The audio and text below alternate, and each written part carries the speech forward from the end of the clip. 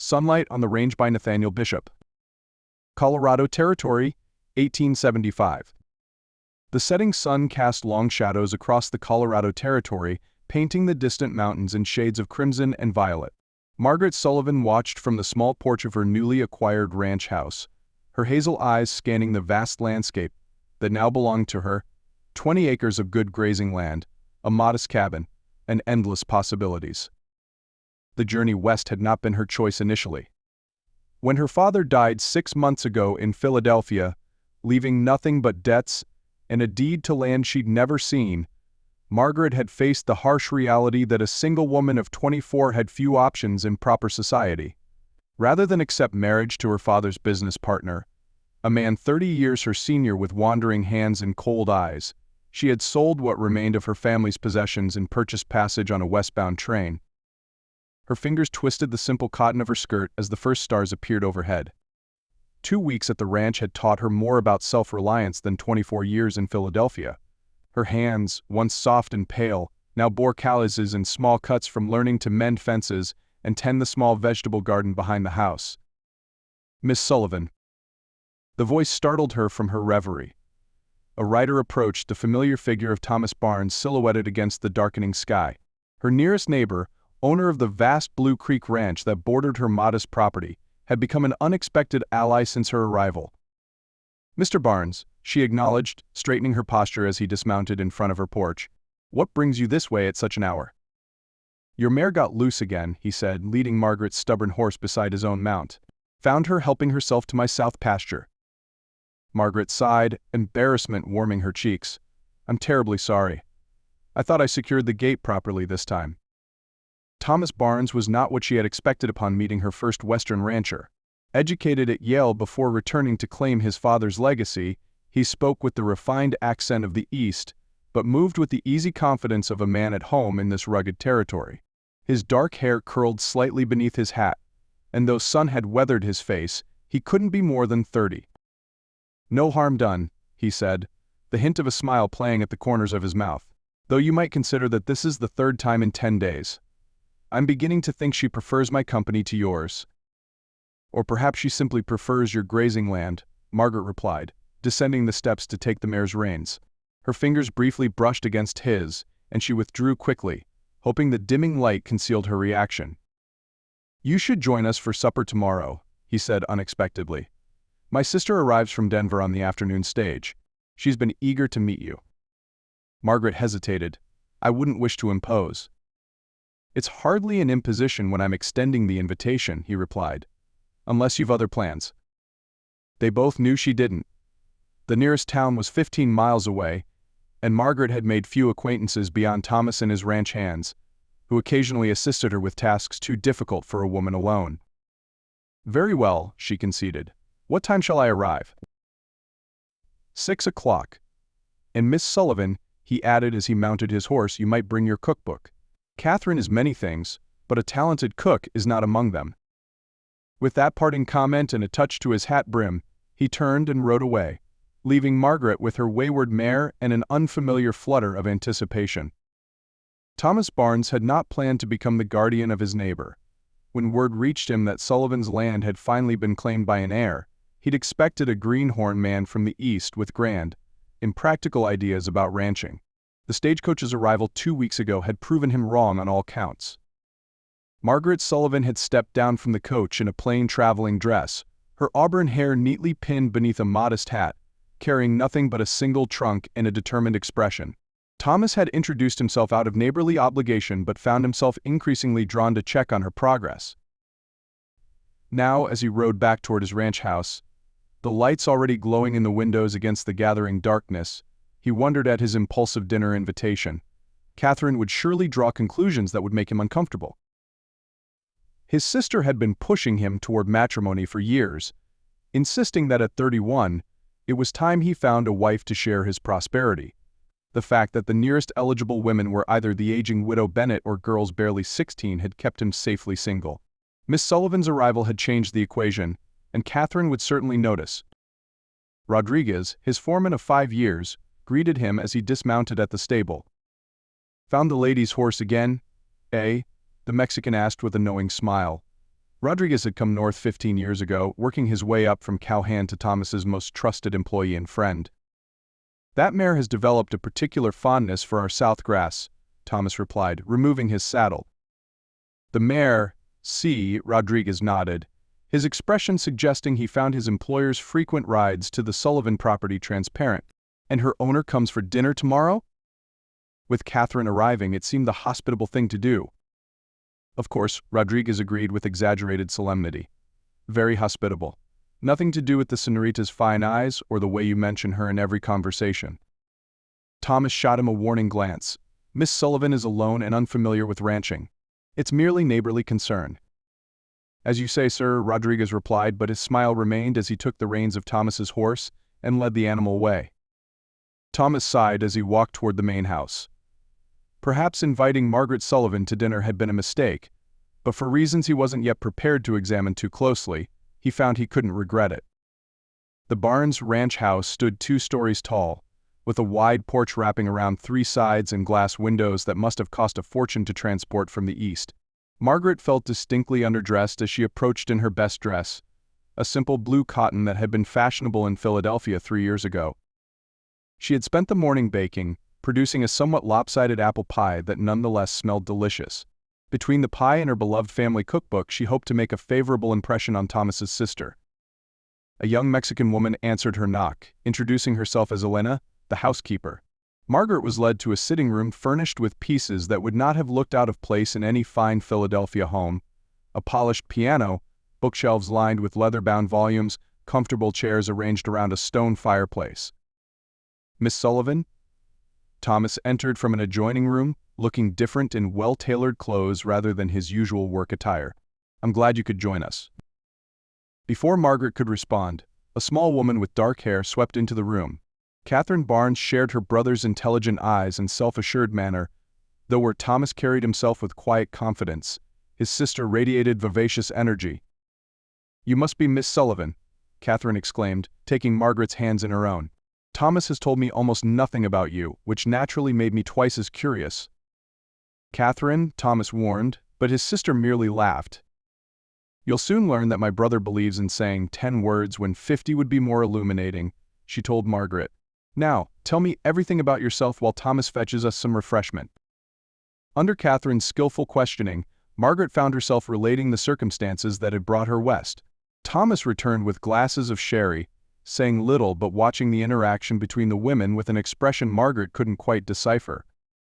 "And you intend to work the ranch yourself?"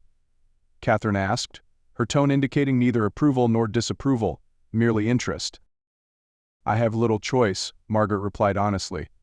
"The land is my only inheritance, and I lack the means to hire sufficient help." "Surely you could sell," Catherine suggested.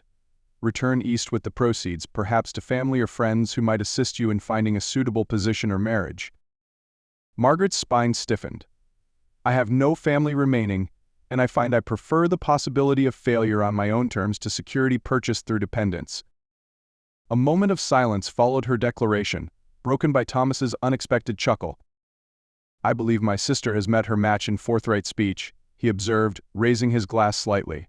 "To independence, Miss Sullivan, however impractical it may sometimes prove." Dinner was more enjoyable than Margaret had anticipated. The conversation flowed easily among the 3 of them, touching on books, the upcoming county fair, and Catherine's stories of Denver society. When Margaret's pie was served for dessert, both siblings offered genuine compliments. "You must share this recipe," Catherine insisted, taking a second slice. "Our cook produces adequate meals, but her desserts remain sadly uninspired." "I brought my cookbook, as suggested," Margaret replied, glancing at Thomas. "You're welcome to copy any recipes that appeal to you." Later, as Catherine excused herself to write correspondence, Thomas invited Margaret to see the view from the west-facing porch. The sun was setting again, painting the landscape in familiar hues of fire. "Your sister is delightful," Margaret said, breaking a silence that had stretched just past comfortable. "Catherine has always possessed more personality than prudence," Thomas replied, though his tone held fondness. "She means well, though her questioning may have seemed intrusive." "Not at all. It's refreshing, actually, after Philadelphia society where everyone spoke volumes while saying nothing of consequence." He studied her profile in the fading light. "You truly don't intend to return east, then? Despite the difficulties?" Margaret turned to face him directly. "Do you believe I should?" "What I believe doesn't signify," he hedged. "Nevertheless, I'd like to hear it." Thomas leaned against the porch railing, considering her with those thoughtful eyes that seemed to see more than she intended to reveal. "I believe," he said finally, "that determination counts for much in these territories. But I also believe there's wisdom in recognizing when to accept help." "Are you offering help, Mr. Barnes?" The question emerged more softly than she'd intended. "I might be," he answered, his voice equally quiet, "if you'd accept it." The moment balanced between them, fragile and significant. Before Margaret could formulate a response, the sound of approaching hoofbeats broke the stillness. One of Thomas's ranch hands galloped into the yard, dismounting in haste. "Mr. Barnes. Fire spotted in the north section, moving fast with the wind. Rodriguez sent me to fetch you." Thomas straightened immediately, all personal matters forgotten. "Ready my horse," he ordered, then turned to Margaret. "I apologize, but I must attend to this." "Of course," she nodded. "Is there anything I can do?" "Stay with Catherine," he said, already moving toward the door. "I'll send word when we've contained it." Within minutes, he had changed clothes and ridden out with the ranch hand, leaving Margaret to explain the situation to Catherine, who took the news with surprising composure. "Fire is an ever-present danger," she said matter-of-factly. "Though it's earlier in the season than usual, the men know what to do." But as the evening progressed with no word from Thomas, Catherine's practiced calm began to fray around the edges. When midnight approached with still no news, Margaret made a decision. "I should return home," she said, gathering her cookbook and shawl. "You must be tired from your journey." "You can't possibly ride back alone at this hour," Catherine protested. "I arrived on horseback, and the moon is nearly full," Margaret replied. "Besides, my own property could be at risk if the fire spreads. I should check on my animals." After further discussion, Catherine reluctantly agreed, extracting a promise that Margaret would send word of her safe arrival with one of Thomas's men stationed near her property line. The ride home through moonlight took less time than Margaret expected.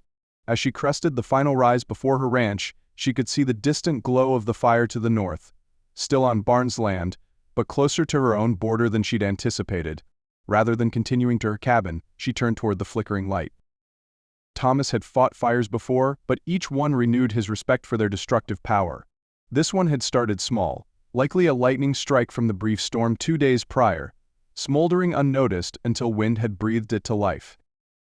Now it threatened to consume a section of valuable grazing land before the firebreak his men were creating could halt its advance. Soup blackened and sweating despite the night's chill, he worked alongside his ranch hands, directing efforts to prevent the flames from jumping the hastily cleared line. "Rider coming," someone shouted, and Thomas turned to see a familiar silhouette approaching against the moon-bright sky. "Miss Sullivan," he called as she neared, disbelief and anger warring in his voice. "What in God's name are you doing here?" She dismounted, holding the reins of her nervous horse firmly. "I saw the fire from my property. It's moving closer to my northern fence line." Thomas swore under his breath. "You should be safely at home, not riding toward danger." "My home will not remain safe if this fire reaches it," she countered, her expression resolute. "I came to help." "This is no place for," he began, but she cut him off. "For a woman, perhaps not. But it is precisely the place for someone whose livelihood depends on this land." She tied her horse to a distant tree and approached. "What needs doing?" Thomas recognized the determined set of her jaw and realized argument would waste precious time. "Rodriguez," he called to his foreman. "Miss Sullivan wishes to assist. Find her something useful that keeps her away from the direct line." For the next 2 hours, Margaret worked tirelessly, carrying water, tending to minor burns, and helping maintain the cleared area. Thomas found his attention divided between fighting the fire and concern for her safety, though she demonstrated surprising competence in following instructions. Near dawn, their efforts finally succeeded. The fire, contained by the firebreak and a fortunate shift in wind, began to die down. Exhausted men slumped to the ground or leaned on tools, faces streaked with soot and sweat. Thomas found Margaret sitting on a fallen log, her dress ruined, her hands blistered, yet her expression showed nothing but relief. "It seems we've won," he said, dropping down beside her. "Thanks to your quick action," she nodded. "How did it start?" Lightning strike, most likely. We've been too dry this spring. He studied her in the gray light of approaching dawn. You should not have come. Yet I'm glad I did. She flexed her sore hands. I learned more about fire management tonight than any book could teach me. Is that what you came for? A practical lesson in ranching? His tone held an edge of disbelief. Margaret met his gaze directly. I came because I saw danger threatening not only my land but the man who has shown me nothing but kindness since my arrival. Was that wrong? The simple honesty of her statement disarmed him. No, he admitted quietly, not wrong, but concerning nonetheless. Because I'm a woman alone? Because I find myself increasingly invested in your welfare, Miss Sullivan, in a manner that exceeds neighborly concern. The admission hung between them in the hush of early morning. Margaret's eyes widened slightly, but she didn't look away. I see, she said finally. And does this concern you? Thomas laughed shortly, running a hand through his disheveled hair. More than I can express. You've been here barely 2 weeks. You're still adjusting to an entirely new life. And I am meant to be helping you establish your independence, not— He broke off. Not what, Mr. Barnes? She prompted, her voice soft but steady. Not contemplating how it might feel to compromise that independence by asking for more than friendship. Margaret was silent for a long moment, considering his words. When she spoke, her voice carried new confidence.